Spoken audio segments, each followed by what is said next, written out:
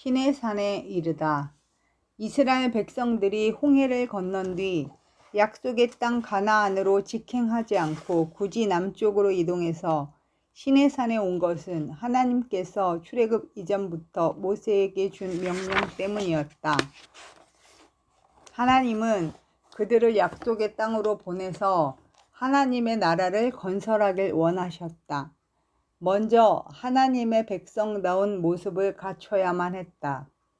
이스라엘 백성들은 자신들이 아직 누구인지, 왜 사는지, 앞으로 어떤 일이 기다릴지 몰라서 불안해하는 전직 노예들에 불과했다.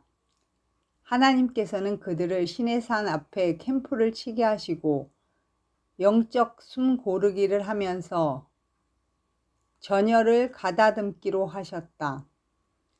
시내산 자체가 특별하거나 거룩한 것은 아니다. 그 산이 특별하게 된 것은 거룩하신 하나님께서 임재하셨기 때문이다. 출애굽기 19장에서부터 40장, 레위기, 민수기 10장까지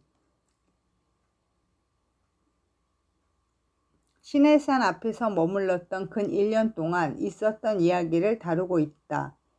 시내산에서의 영적 체험이 없었다면 광야 생활로 마감했을 것이다. 시내산에서 하나님과 만난 깊은 경험을 통해 그들은 약속의 땅을 차지하고 새 나라를 세우는 하나님 백성의 틀을 다지게 된다. 내 소유, 너희는 모든 민족 중에서 내 소유가 되겠고 내가 가장 아끼는, 내가 정말 귀하게 여기는 보물이란 뜻이다. 하나님은 작고 보잘것없는 이스라엘을 택하셨다. 이스라엘 백성이 잘나서가 아니라 하나님이 사랑하셨기 때문이다. 너희를 사랑하심으로 말미암아 또는 너희의 조상들에게 하신 맹세를 지키려 하심으로 말미암아 자기의 권능을 손으로 너희를 인도하여 내시되 너희를 그 종 되었던 집에서 애굽 왕 바로의 손에서 속량하셨나니. 신명기 7장.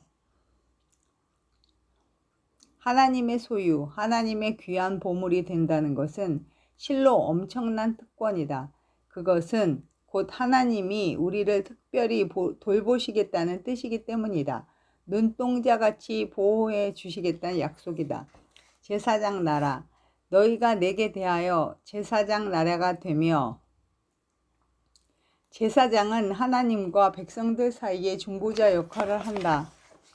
이스라엘은 나라 전체가 제사장이 된다는 것이다.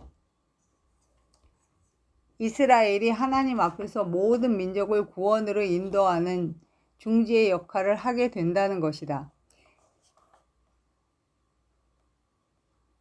너희는 택하신 족속이요 왕같은 제사장들이요 거룩한 나라요 그의 소유가 된 백성이니 이는 너희를 어두운 데서 불러내어 기이한 빛에 들어가게 하신 이의 아름다운 덕을 선포하게 하려 하심이라. 하나님께서는 우리를 그냥 제사장이 아니고 왕같은 제사장으로 부르셨다. 왕은 통치하는 자이다. 더 이상 세상에 마귀에게 휘둘리지 않는 하나님 안에서 왕같은 권위를 가진 백성이 되는 것이다. 제사장의 중요한 사명은 세상을 위해 중보하는 것이다. 왕같은 제사장으로서 어떤 지역을 위해, 어떤 영역을 위해, 어떤 사람을 위해, 어떤 문제를 놓고 기도하기 시작할 때 즉각적으로 그리스도의 영이 임재하며 마귀의 세력을 몰아내기 시작하는 것이다. 거룩한 백성, 거룩한 백성이 되리라. 거룩한 백성이라는 것은 어떤 특별한 사명을 위하여 따로 구별한 백성이라는 뜻이다. 너희는 하나님께 특별히 쓰임받는 민족이 될 것이라는 뜻이다.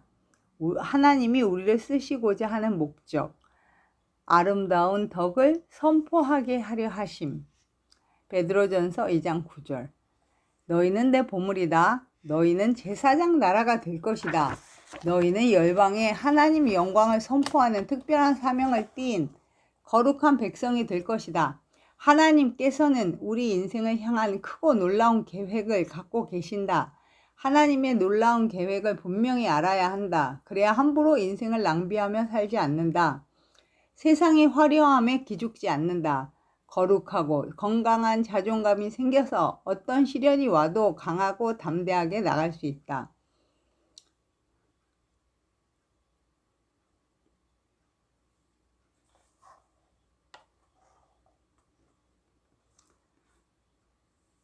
이 믿기 힘든 만큼 놀라운 약속을 하나님께서는 반드시 이루어 주실 것이라고 말로 약속하셨다. 말로 약속한다고 해서 언약이라고 말한다. 하나님께서는 이스라엘을 하나님의 소유, 하나님의 보물, 열방을 다스리는 축복의 통로라고 선포해 주셨다. 시내산은 하나님이 우리를 향해 갖고 계신 놀라운 비전을 선포해 주신 곳이다. 그러나 하나님은 광야에 있을 때부터 우리의 거룩한 가능성을 보고 비전을 선포해 주신다. 하나님의 법, 이스라엘을 열방에 축복을 나눠주시는 제사장 나라로 쓰시겠다고 하셨다. 그렇게 되기 위해서는 먼저 이스라엘 자신이 거룩한 민족, 모범적인 민족이 되어야 했다. 이를 위해서 이스라엘 공동체가 따를 법이 필요했다. 법은 우리 자신을 위해서도 반드시 있어야 한다. 이처럼 확실한 법 질서는 우리의 안전하고 행복한 삶을 위해 반드시 있어야 한다. 후진국일수록 무법천지다. 선진국일수록 섬세하고 분명한 법이 있고 국민이 그 법을 잘 지키는 법치 국가이다. 하나님 나라의 법의 기초가 되는 것이 바로 시내산에서 받은 10계명이었다. 10계명은 모든 인생에 주신 것이 아니라 하나님께서 구원하신 하나님의 백성들을 위해 주신 법이다. 10계명 1에서부터 4계명까지는 하나님과 사람의 관계를 다룬 것이고 5계명부터 10계명까지는 사람끼리의 관계를 다룬 것이다. 너희가 내 말을 잘 듣고 내 언약을 잘 지키면 이라는 시내산 언약의 조건은 하나님 법에 순종하라는 것이다.